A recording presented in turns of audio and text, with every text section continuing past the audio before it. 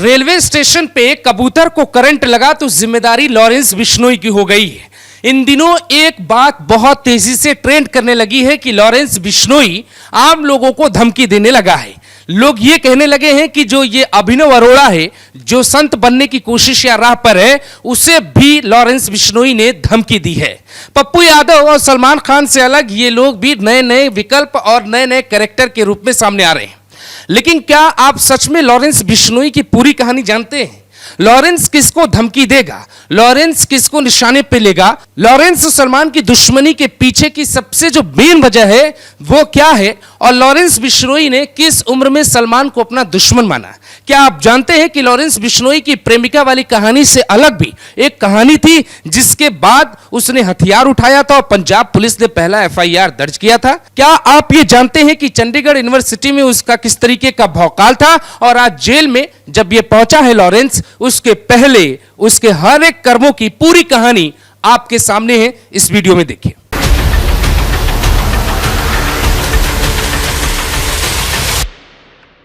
भाई सत श्री अकाल, ਆਪਾਂ लॉरेंस बिश्नोई ਨੂੰ साल था 2011। लॉरेंस ने चुनाव लड़ने के लिए एक संगठन बनाया, लेकिन लॉरेंस को इस बात का अंदाजा तक नहीं था जिस राजनीतिक पार्टी की तरफ वो संगठन बना रहा है, कुछ सालों बाद वो देश का सबसे बड़ा नेटवर्क बनाने लगेगा।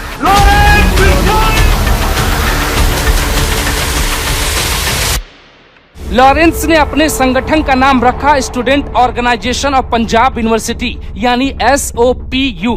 इसी बैनर के जरिए उसने चुनाव भी लड़ा, लेकिन लॉरेंस की जिंदगी उसी चुनाव में ऐसी तबाह होगी कि वो फिर कभी लौट के नहीं आएगा।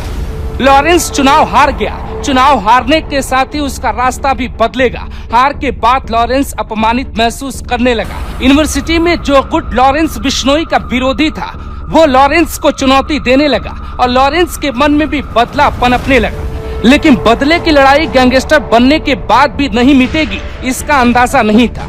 लॉरेंस ने उसी साल एक रिवॉल्वर खरीदी और उस गैंग से जा भिड़ा जिसके हाथों से उसकी हार हुई थी।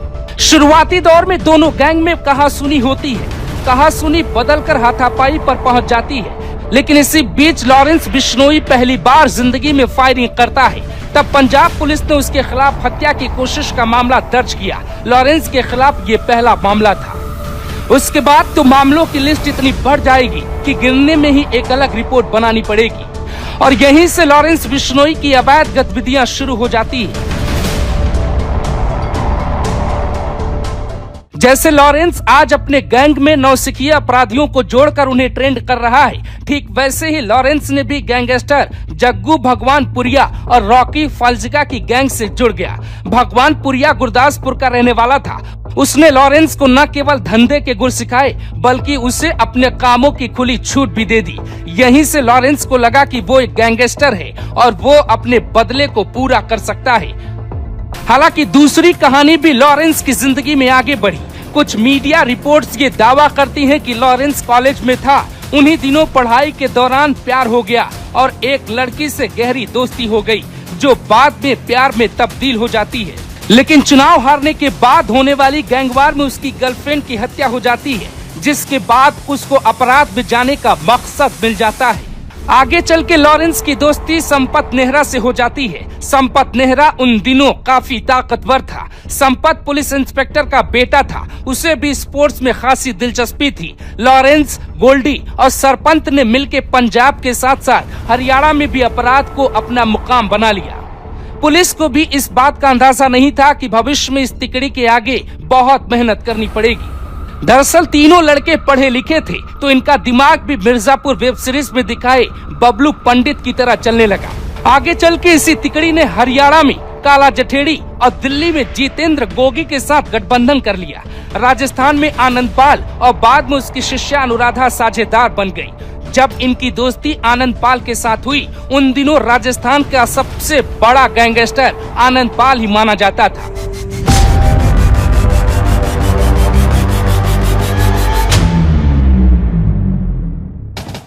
सिर्फ बदले के भाव से शुरू हुई लॉरेंस की कहानी अब ऑर्गेनाइज्ड क्राइम में शामिल हो जाती है, यानी कि वो आदतन अपराधी की लिस्ट में आ जाता है।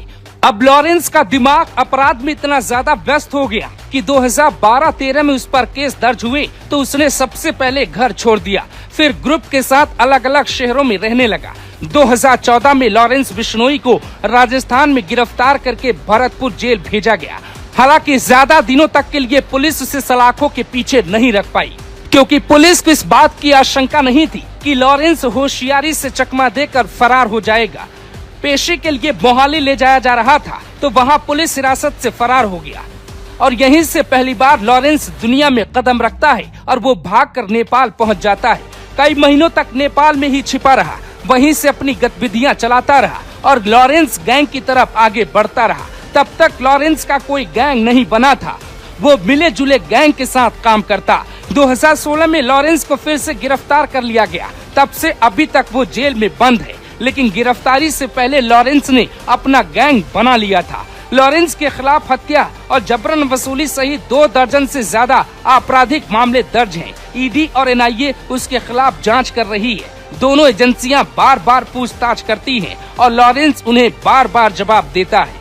पिछले 1 सालों से लॉरेंस जेल से बाहर नहीं निकला है और न ही लॉरेंस से कोई मिला है। जेल के सलाखों के पीछे उसे बहुत महफूज तरीके से रखा गया है। लॉरेंस ने अपराध की दुनिया में अपना कद इतना बड़ा किया कि नरेंद्र मोदी सरकार को भी एक स्पेशल कानून जोड़ना पड़ा।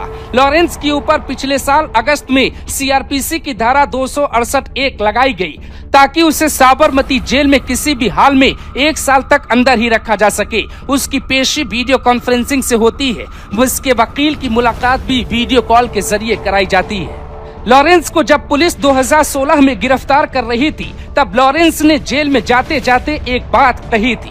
उन दिनों न तो राजस्थान पुलिस को इस बात का आभास था कि ये बात बहुत बड़ी हो जाएगी और न ही बॉलीवुड के भाईजान सलमान को अंदाजा था कि लॉरेंस पुलिस की जीप में बैठकर जो धमकी दे रहा है वास्तव में एक दिन वो बड़ी चुनौती बन जाएगी। भाग देंगे, पुलिस इतनी सिक्योरिटी आपकी है। तो जब हम करेंगे तो पता लग ही जाएगा। सलमान खान का करेंगे, मारेंगे, यही जोधपुर में मारेंगे तो पता लग जाएगा इनको। अभी तो मैंने कुछ किया ही नहीं, बिना मतलब को इन्वॉल्व कर। हालांकि साल आगे बढ़ा तो लॉरेंस बिश्नोई के कदम अपराध की दुनिया में आगे बढ़ने लगे। 29 मई 2022 को मशहूर पंजाबी सिंगर सिद्धू मूसेवाला अपने घर से बिना सुरक्षा कर्मियों को साथ लिए निकले।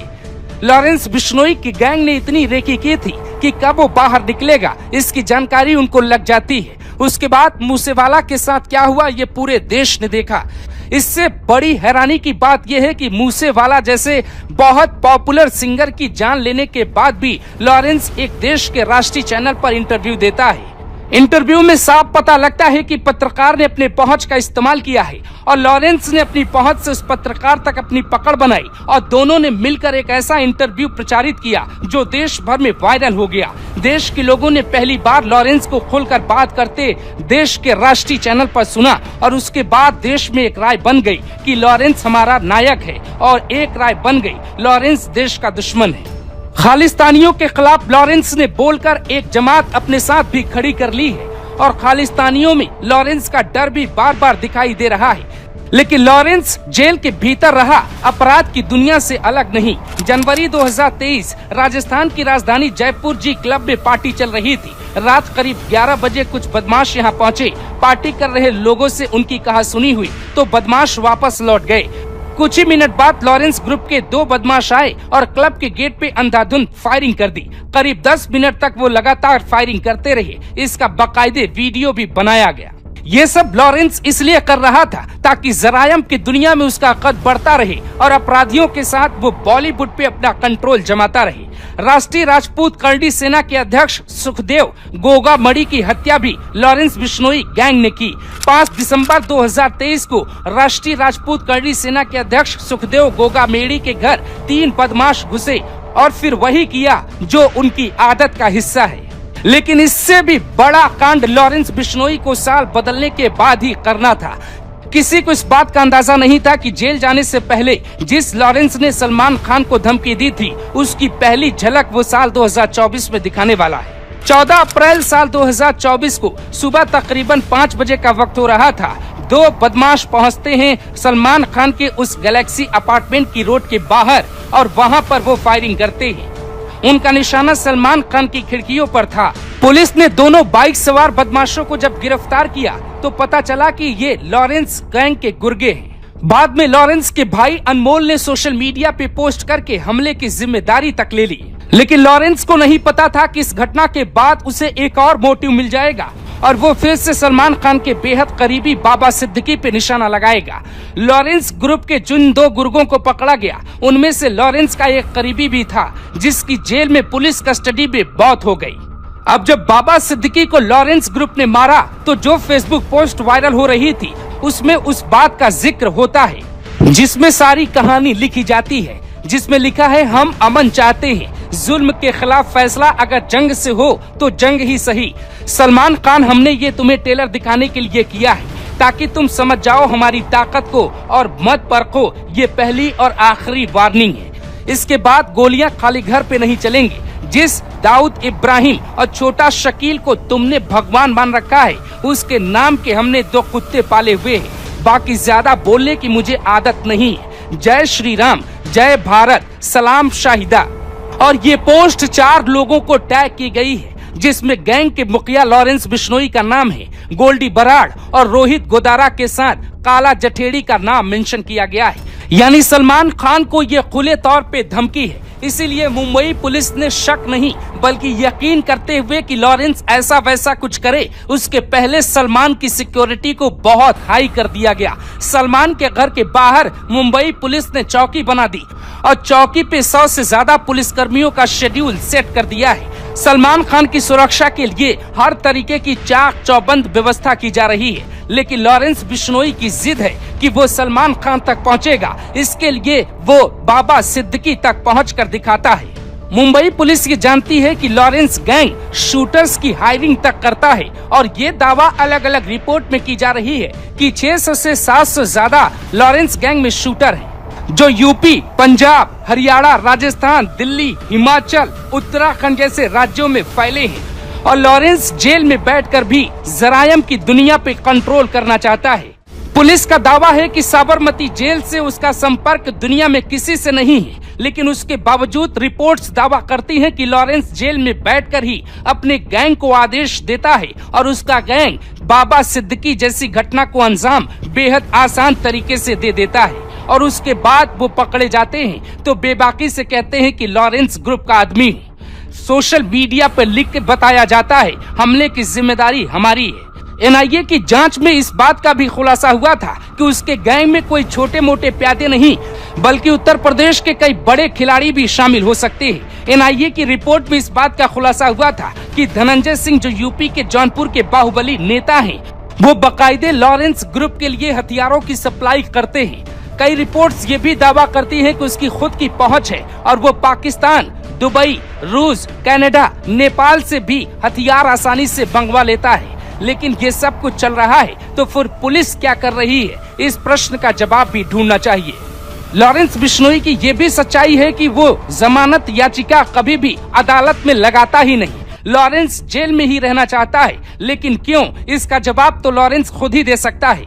चौंकाने वाली रिपोर्ट का खुलासा एनआईए ने किया था। एनआईए ने अपनी रिपोर्ट में साफ साफ शब्दों में लिखा था कि लॉरेंस का नेटवर्क जेल के अंदर रहते हुए ज्यादा मजबूत हुआ है। ये देश का सिस्टम है, एक सिस्टम में लॉरेंस कैद है और दूसरा सिस्टम कहता है कि जेल में रहते हुए उसने नेटवर्क बना लिया। एनआईए की रिपोर्ट में दावा किया गया कि जेल में रहते हुए उसकी दूसरे गैंग से दोस्ती हुई, फिर उसके गुर्गों ने आपस में मिलकर जेल के बाहर नेटवर्क मजबूत किया। वहीं से वो अपने कारोबार को भी बढ़ाता रहा और कमाई के साथ साथ जरायम की दुनिया का कंट्रोल अपने हाथों में बढ़ाता रहा। लेकिन समझने वाली बात यह है कि सलमान खान की आखिर कौन सी ऐसी बात है जो लॉरेंस बिश्नोई को इतनी बुरी लगती है कि वो कुछ भी करने को तैयार है। और उसके दिमाग पे सलमान खान को मिटाने की जो सनक है वो साफ दिखाई देती है। ये कहानी जुड़ी है साल 1998 की। उन दिनों सलमान खान की लोकप्रियता बॉलीवुड में बढ़ रही थी और उनका फिल्मी करियर तेजी से आगे बढ़ रहा था। उन्हीं दिनों सलमान खान की जिंदगी की सबसे कामयाब फिल्मों में से एक हम साथ साथ हैं की शूटिंग चल रही थी, जो आज भी आप अपने घरों में देखते होंगे। सलमान खान इस फिल्म में लीड एक्टर में थे। 27 और 28 सितंबर की रात कांकाड़ी गांव में एक खेत के पास गाड़ी की लाइट चमकी। गांव वाले फौरन अपने घरों से निकले। उन्हें सफेद जिप्सी दिखी। वो भाग गए कि कोई शिकार करने आया है। इस बीच गोली चलाने की आवाज भी आती है, लेकिन गांव वालों को अंदाजा नहीं था कि ये देश के सुपरस्टार सलमान खान है। और शिकार के लिए गोली की आवाज जो आई है वो तब आई जब सलमान ने चलाई है। सलमान खान की गिरफ्तारी के लिए FIR करवाई गई और उन्हें बाकायदे गिरफ्तार कर जेल भी भेजा गया, लेकिन लॉरेंस बिश्नोई की दुश्मनी यहीं से बहुत बड़ी हो जाती है। यानी लॉरेंस जिस बदले की बात कर रहा है उसका पूरा किस्सा ही आज से 26 साल पुराना है, जबकि लॉरेंस बिश्नोई की खुद की उम्र अभी 31 साल है। यानी जब वो बच्चा था तभी से उसके मन में इस बात की टीस थी, लेकिन जब वो अपराध की दुनिया में आया तो इसे बदले का रूप दे देता है, जिसकी वजह से कहानी आज इतनी बड़ी हो गई है कि सलमान खान तक बात पहुंचने लगी है। बाबा सिद्दीकी के बाद मुंबई पुलिस ने भी ये समझ लिया है कि लॉरेंस को हल्के में नहीं लेना चाहिए और मुंबई पुलिस ने अपने तमाम उन अधिकारियों को बुलाया जो दाऊद गैंग के सफाई में बहुत बड़ा किरदार निभा चुके हैं। 90 के दशक में बॉलीवुड की हालत बहुत बुरी थी, यहाँ तक कि कई खूबसूरत हीरोइनों की जिंदगी भी बॉलीवुड में इसलिए बर्बाद हुई क्योंकि दाऊद दुबई में बैठ के कंट्रोल करता। आज वही काम करने की कोशिश लॉरेंस बिश्नोई करने लगा है। मुंबई पुलिस इस बात पे भी काम करने लगी है कि सबसे पहले उसके गुर्गों को कैसे टारगेट किया जा सकता है कि सलमान खान को बचाने के लिए मुंबई पुलिस लंबे अरसे बाद सीरियस हो गई है और वो बदला लेना चाहती है और बदले में सिर्फ एक मुकाम चाहिए, वो है लॉरेंस बिश्नोई। इस पूरी कहानी को हमने आपको इसलिए सुनाया ताकि आप समझ पाएं कि लॉरेंस का जन्म आखिरकार अपराध की दुनिया में कैसे हुआ और उसका कद कैसे बढ़ता चला गया। लेकिन लॉरेंस बिश्नोई भी इस बात को जानता होगा कि जिस रास्ते पे वो चल रहा है वो कुछ भी कर ले, वो राष्ट्र भावना दिखाने की कोशिश कर ले, वो राष्ट्र का हीरो बनने की कोशिश कर ले, लेकिन देश की अदालत एक दिन उसे बहुत कठोर सजा सुनाने वाली है। लॉरेंस जो कर रहा है उसकी तारीफ कोई नहीं कर सकता है, उसके बावजूद एक भारी संख्या में उसके समर्थक सोशल मीडिया के जरिए खड़े हो रहे हैं। ग्लोबल भारत ने 25 मिनट का एक ADGP रैंक के अधिकारी का इंटरव्यू किया जो मुंबई पुलिस में स्पेशल केसेस के लिए ज्वाइंट CP के पद पे काम कर चुके हैं। उस इंटरव्यू में हमारे संवाददाता अभिषेक शांडिल्य ने कई तीखे सवाल लॉरेंस बिश्नोई को लेकर पूछे हैं, लेकिन कमेंट सेक्शन में जाने के बाद आपको लगेगा लॉरेंस की जमात उसे अपना हीरो बता रही है। अब सवाल ये है कि जिस बदले को लॉरेंस लंबे अरसे से पाल रहा है उसका अंजाम क्या होगा। Bureau report, global Bharat TV।